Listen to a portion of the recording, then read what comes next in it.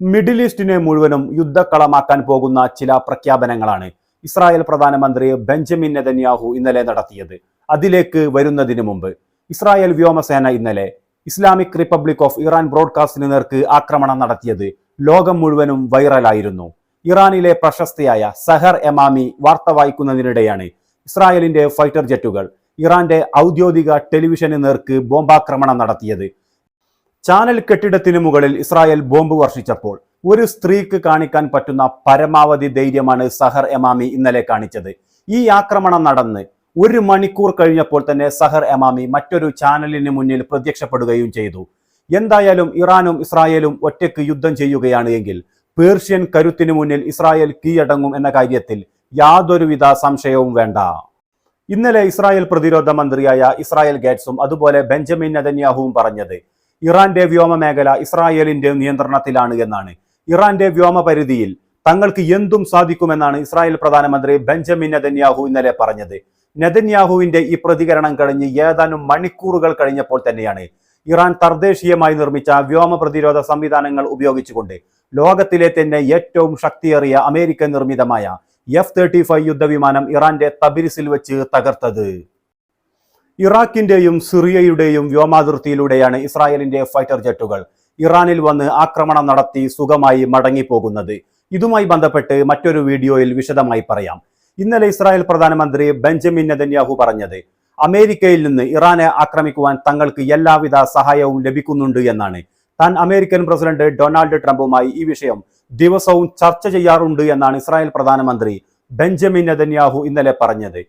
ഇതിനുശേഷം ഇസ്രായേൽ പ്രധാനമന്ത്രി Benjamin Netanyahu middle ഈസ്റ്റിനെ മുഴുവനും യുദ്ധക്കളമാക്കാവുന്ന മറ്റൊരു പ്രതികരണം കൂടി നടത്തിയിരിക്കുകയാണ്. ഇറാന്റെ പരമോന്നത നേതാവായ ആയാത്തുള്ള അലി ഖാംനെയിയെ വധിക്കുമെന്നാണ് ബെഞ്ചമിൻ നെതന്യാഹു ഇന്നലെ ഭീഷണി മുഴക്കിയിരിക്കുന്നത്. ഏത് സമയവും തന്റെ പദവി പിൻഗാമിക്ക് കൈമാറുമെന്ന് പ്രതീക്ഷിക്കുന്ന 87 വയസ്സുകാരനായ വന്ധ്യവയോധികനായ ഇറാൻ പരമോന്നത നേതാവ് ആയാത്തുള്ള അലി ഖാംനെയിയെ ഇസ്രായേൽ വധിക്കുകയാണ് എങ്കിൽ ഇറാനിൽ അദ്ദേഹത്തിന്റെ പിൻഗാമിയായി മറ്റൊരാൾ വരും എന്നതല്ലാതെ കൂടുതലായൊന്നും സംഭവിക്കാനില്ല. പക്ഷേ അത്തരത്തിലുള്ള ഒരു സാഹസത്തിന് ഇസ്രായേൽ മുതിരുകയാണ് എങ്കിൽ അതിന്റെ പ്രത്യാഘാതം ഇസ്രായേൽ ഒരിക്കലും പ്രതീക്ഷിക്കാത്ത രീതിയിലാകുമെന്നതിൽ നെതന്യാഹുവിന് പോലും സംശയമുണ്ടാവില്ല. പക്ഷേ തന്റെ അധികാരം നിലനിർത്തുന്നതിന് വേണ്ടി നെതന്യാഹു ഏതറ്റം വരെയും പോകുമെന്നതിന്റെ തെളിവാണ് ഇറാൻ പരമോന്നത നേതാവ് ആയാത്തുള്ള അലി ഖാംനെയിയെ വധിക്കുമെന്ന് ഭീഷണിപ്പെടുത്തിയിരിക്കുന്നത്.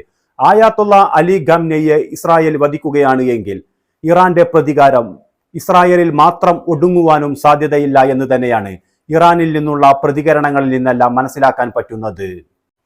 ഇറാൻ പരമോന്നത നേതാവ് ആയാത്തുള്ള അലി ഖാംനെയിയെ വധിച്ചുകൊണ്ട് നിലവിലുള്ള ഇറാനിലെ ഇസ്ലാമിക ഭരണകൂടത്തെ അട്ടിമറിച്ചുകൊണ്ട് മറ്റൊരു ഭരണകൂടത്തെ സ്ഥാപിക്കുവാനുള്ള നീക്കമാണ് നെതന്യാഹു നടത്തുന്നത്.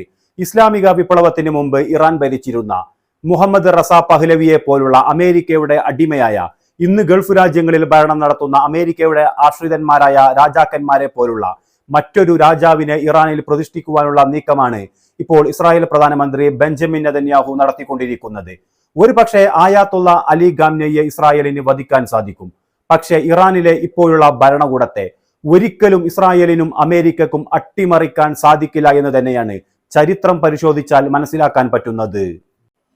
ഇസ്രായേൽ പ്രധാനമന്ത്രി ബെഞ്ചമിൻ നെതന്യാഹു ഇന്നലെ പ്രധാനമായും 3 പ്രഖ്യാപനങ്ങളാണ് നടത്തിയത്.